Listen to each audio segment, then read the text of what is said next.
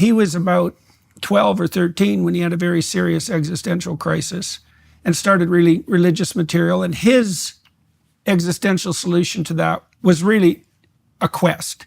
Like, he found that if he concentrated on learning and investigating, that produced a sufficient influx of meaning so that his propositional concerns were no longer foregrounded.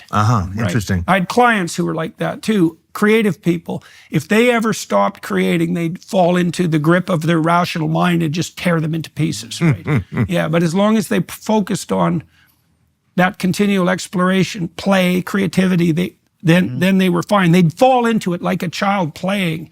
You know, and so, and that's it, kind of interesting, because it, you know, you might think of the real as what you think, because then certainly lots of people who are intellectual fall into that problem. But if one of the things you do as a therapist with people who are depressed, especially if they're intelligent, is help them identify it's probably something like a higher calling. You say, look, let's attend to your experience and see when you're depressed and when you're not.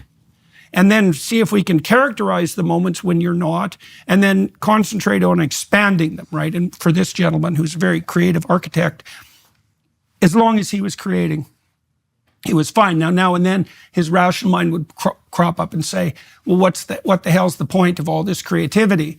You know, which is it's kind of a bottomless pit, isn't it? If the ultimate goal is ineffable, there's no final answer to that question that you could propositionalize.